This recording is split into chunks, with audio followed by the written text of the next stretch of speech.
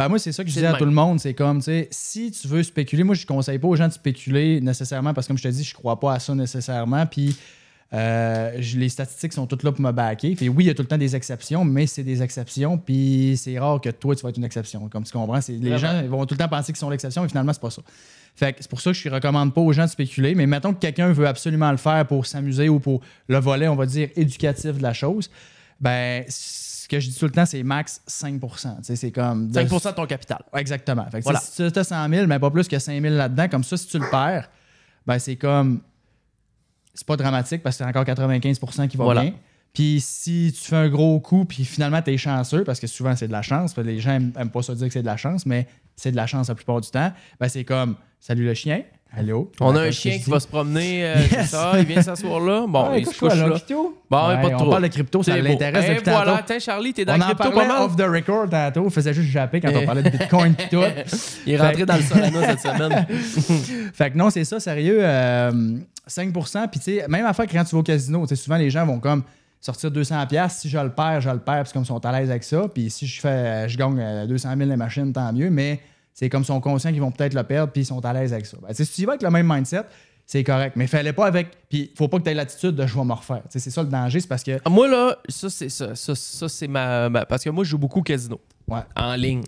Ouais. Moi, j'ai un sponsor sur mes streams, puis tout ça. Ouais. Puis les gens devant qui je joue, c'est mon mot d'ordre numéro 1 pour le casino, c'est tu mets seulement ce que tu peux te permettre de perdre sûr.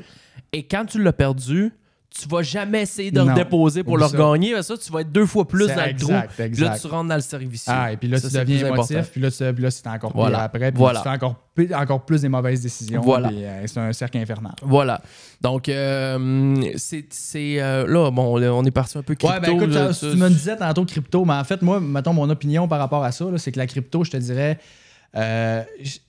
mettons, le blockchain, ce n'est j'ai un petit pourcentage là-dedans parce que je crois à la blockchain, tu comprends? Puis en même temps, il y a des choses que je trouve intéressantes au niveau potentiel, mais je suis d'accord aussi avec des gens qui disent certaines choses de l'autre côté. Fait que moi, je me situe pas mal entre les deux. Il y a des bons des deux côtés, puis je pense que c'est un peu de même dans pas mal tout dans la vie. C'est jamais tout noir ou tout blanc, c'est tout le temps gris. Des fois, c'est gris pâle, des fois, c'est gris foncé, mais c'est tout le temps gris. Puis la crypto, c'est un peu la même affaire, puis c'est pour ça que j'essaie pas de faire... Genre comme le gars qui connaît ça puis qui essaye de dire je vois ça, puis tu sais j'ai 3 écrans puis c'est comme non gars, je suis intéressé de voir genre ça. Non mais si ça me fait chier parce qu'il y a tellement du monde que genre tu sais c'est un peu ce que tu disais tantôt puis tu sais là je t'accuse pas de ce que tu disais là, c'est vraiment pas ça, mais c'est comme tu sais les gens des fois ils vont justifier comme ouais mais tu sais j'ai des chums, on se parle aussi, tu sais comme si mettons je suis dans la game tu sais puis je connais ça, mais en finance là, je te le dis, il y a personne qui sait rien. Surtout à court terme. Puis c'est tellement facile d'avoir l'air d'un king. C'est pour ça que moi, ces réseaux, là, je pourrais essayer d'avoir l'air d'un king. Puis probablement que le monde là, me trouverait intéressant parce que lui, il connaît ça.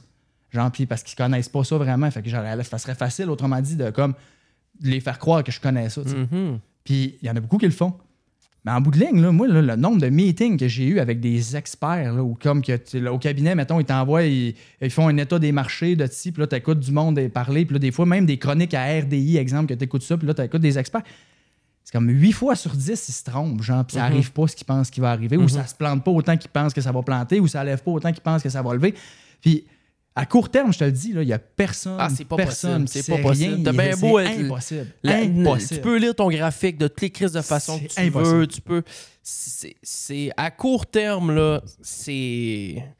Puis c'est ce que les day traders essaient de timer, c'est le court terme. Exact. Puis c'est ça ce que les day traders essayent de vendre aussi. C'est comme, je vais te vendre ma formation en day trading. OK. Fait que là, tu vas me vendre 10 000. OK. Mais genre... Si t'es crissement bon en day trading puis tu fais vraiment crissement du cash, tu sais vraiment genre quand c'est qu'il va se passer, pourquoi tu perds ton temps à vendre des formations? Ah, c'est pour aider les gens. Ouais, non, c'est parce que t'es pas capable de faire du cash en day trading autant que tu le dis. Puis là, ben, t'as besoin d'une source de revenus supplémentaire. C'est aussi simple que ça. Fait que moi, c'est ça un peu qui me fait chier. Puis c'est un peu ironique que je dise ça parce que moi, entre guillemets, je propose des formations. Mais c'était justement ça, les formations que je fais, je voulais pas que ça soit de même, tu comprends? Je voulais être complètement l'inverse de ça.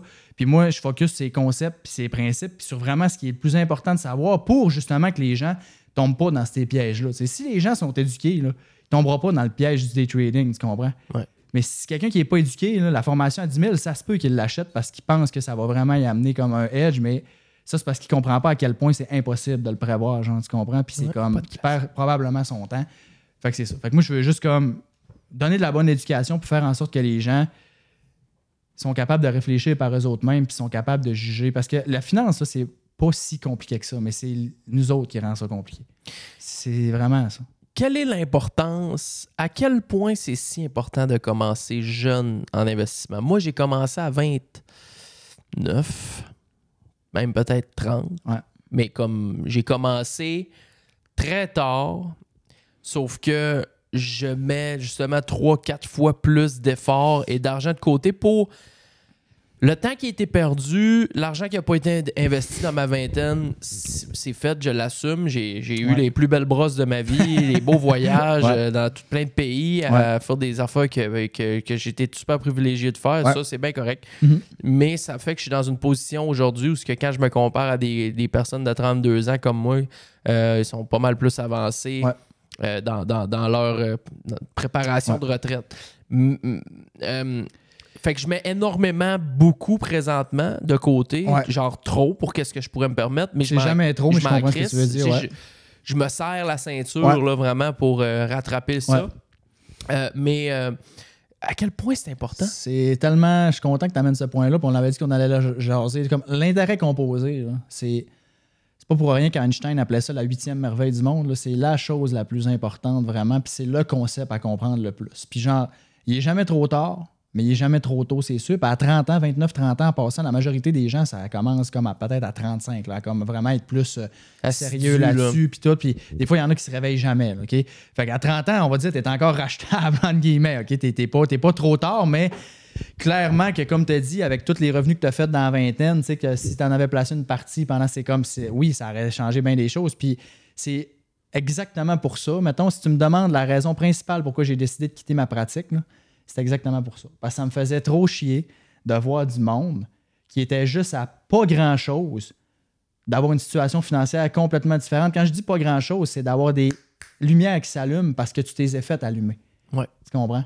Parce qu'il y en a qui allumeront pas, genre. Tu vas les allumer, mais après ça, il y en a qui n'auront rien à faire. Ils vont tous flamber le cash pareil, c'est bien correct. Mais il y a beaucoup de gens que s'ils savaient une coupe d'affaires avant, dont l'intérêt composé, là, ben ça changerait complètement. Puis moi, ça, je suis allé dans les écoles. J'ai fait des conférences dans les écoles dans les dernières années.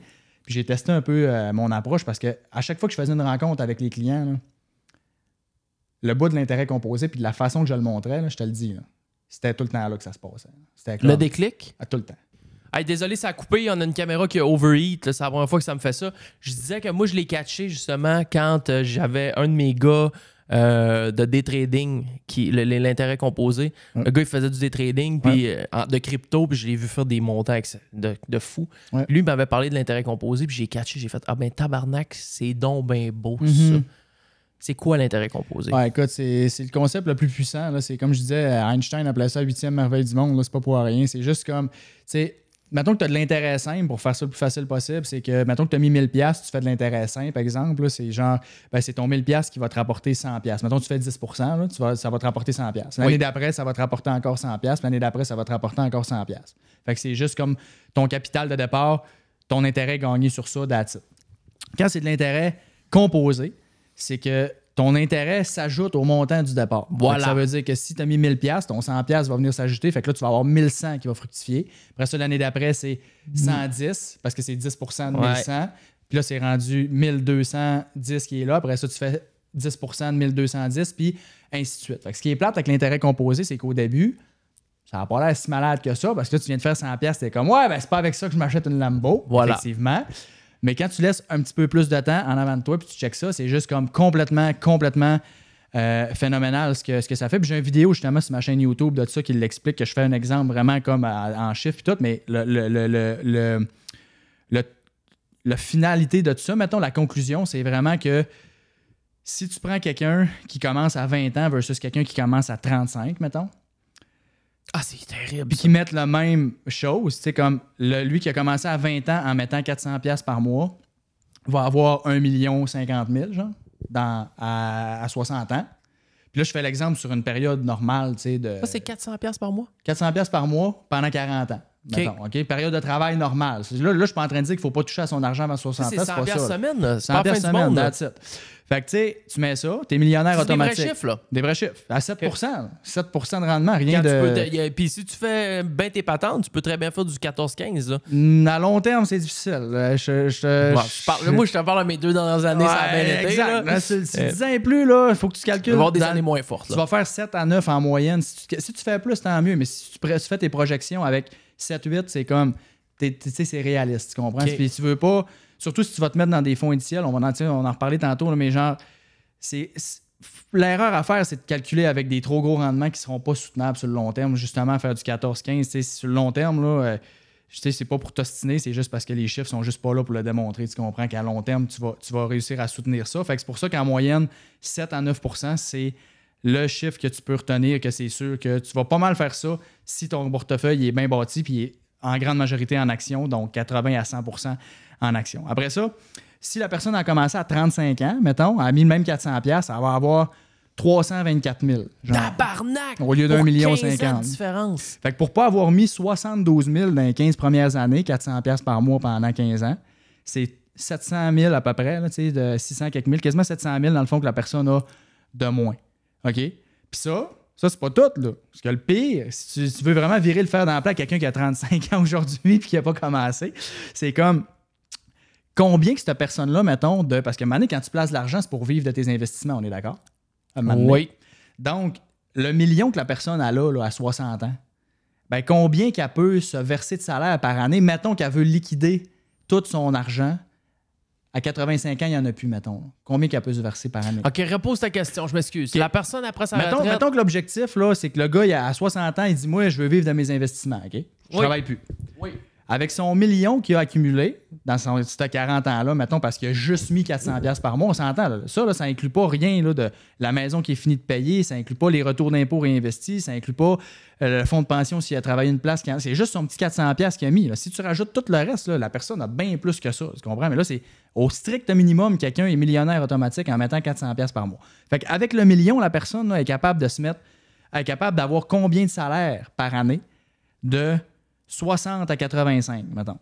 Qu'elle va se verser. Puis qu'elle a plus de scène à 85. Avec le million, ce qui arrive, c'est que le million, même entre 60 et 85, il continue d'y faire de l'intérêt composé. Exact. Fait que, mais là, elle décaisse. À décaisse, bon, ben, moi, je pense que tu es capable de te verser un 60 000. Exact. Ça va être aux alentours de 70 000 par année, dépendamment du rendement. Mettons à 5 %. Là, si tu calcules avec un rendement de 5 %, ça va être aux alentours de 70 000 par année que la personne va être capable de se verser à chaque année de 60 à 85, puis à 85, elle n'a plus une scène. OK, ça, c'est si elle dit, moi, je veux tout liquider mon argent, mettons. C'est pas juste, j'ai pas juste touché aux intérêts. Vraiment, je veux tout liquider mon cash. 70-75 000 par année qui est capable de se verser. Tu me suis? Oui, 100%. Parfait. La personne qui a 324 000, comme on disait tantôt, parce qu'elle a commencé à 35 ans, combien qu'elle peut se verser de 60 à 85? Ben là, c'est une affaire de 20 000. Là. Exact. Genre 24 000. Ouais. Fait que si tu fais le calcul, mettons, là, c'est genre 50 000 de moins, 51 000 de moins par année, OK, pendant 25 ans. Fait que si tu fais le calcul de ça, là, ça va te donner genre 1,3 million à peu près, OK, 1,2 quelques millions là, que la personne, en bout de ligne, n'a pas eu dans sa vie, au bout de sa vie, qu'elle a perdu parce qu'elle n'a pas investi 72 000 au départ. Terrible. Ce 72 000-là, entre 20 et 35. Fait que pour ne pas avoir investi 400$ par mois, pour avoir profité de la vie de 400$ par mois pendant 15 ans, la personne, elle va perdre 1,3 million au bout de sa vie. Pour 400$ par mois pendant 15 ans, 72 000. Bon, on a les chiffres clés ici. Là. Oui. Donc, organise-toi. Toi, tu as 20 ans, tu écoutes le show présentement. Organise-toi que dans 15 ans, tu as 72 000 de placés, puis ça devrait bien aller. Parce que c'est des bons. Tu connais les chiffres par cœur dans ta tête. Exact. Là, parce que tu les as souvent calés. Moi, je le savais, à peu près, je connaissais juste pas les chiffres. Ouais. Là, c'est l'exemple que j'ai fait, c'est comme que je le connais, là, mais le principe reste le même. Peu importe si tu changes les chiffres, ça va rester le même principe. Moi, personnellement, j'ai une stratégie de dividende. Ouais. Pas 100%, là, parce que j'ai une couple d'actions qui ont à peu près pas de dividende ou juste 1%. Là. J'ai des amis dans le milieu, j'ai des gars que présentement, je te l'ai dit au téléphone, j'ai un gars qui vient de toucher son 1000$ par semaine de dividende. Bon, je le sais que le dividende, c'est pas une obligation des compagnies. Que demain matin, si elle décide de couper son dividende, elle peut le couper.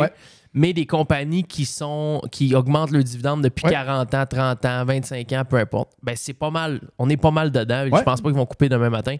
Moi, c'est un peu ça ma stratégie long terme. Et c'est le plus. Mais c'est excellent, des dividendes, c'est excellent. Puis, pour continuer, juste ce qu'on disait tantôt, là, avant qu'on passe sur d'autres choses, là, parce que là, on est dans le put le plus important. Tu me disais que tu voulais que le monde le catch, là, c'est comme tantôt, tu as dit ça. Puis, là, le bout le plus important, c'est ça qu'il faut catcher. C'est ça. Suite à l'exemple qu'on vient de donner. Là. Puis, que tes investissements soient avec des dividendes, ce qui est excellent, mettons des actions de compagnie de dividendes, puis d'autres choses, c'est parfait. Fait que les dividendes, c'est très bon. Puis, si tu veux qu'on en parle plus, on en reparlera. Puis, je veux juste finir sur le point qu'on a dit tantôt, parce que c'est crissement important. Là, tu as vu la différence de tantôt, là, c'est majeur. Okay? Avec le 72 000. Ouais, c'est 1,3 million que ça te coûte. Okay? Mais comme tu as dit, là, moi, à ce moment, là, tu l'as dit tantôt, là, j'en mets plus, pas mal, que je devrais. Fait que là, d'après toi, combien qu'il faut que la personne à 35 ans à mettre par mois pour arriver à 1 million aussi? Là? Mettons qu'elle est comme combien il faut qu'elle mette par mois au lieu de 400? C'est dégueulasse, là. Il faut qu'elle mette... Mon feeling, là, c'est qu'il faut qu'elle mette à peu près 2000. OK, t'es over, mais c'est bon parce que tu comprends que c'est beaucoup plus, mais c'est 1300 qu'il faut qu'elle mette au lieu de 400 par mois. Fait que c'est 3 fois plus. Pour la plupart du monde, c'est une paye par mois. Là. On s'entend dessus, là, dans le sens que ma question, c'est exactement ça. Tu penses-tu que quelqu'un qui n'a jamais mis d'argent de côté puis qui n'est jamais habitué à ça va commencer avec 1300$? Qui arrive à 35 ans, là, boum, Steve vient de finir ses études, il rentre un salaire à 150 000, il est peut-être capable de mettre 1300$ par mois. On est d'accord. Exception. Mais il faut qu'il soit motivé. Là, parce que la plupart des gens, à 35 ans, vont avoir la maison, le char, les 2 chars, le chien, le chat, la famille, les enfants, tout ça. Puis ils sont déjà habitués de ne pas se priver pendant ces 15 années-là. Fait que tu penses-tu qu'ils vont avoir le goût de se priver quand ils sont rendus qu'une famille et tout? Non.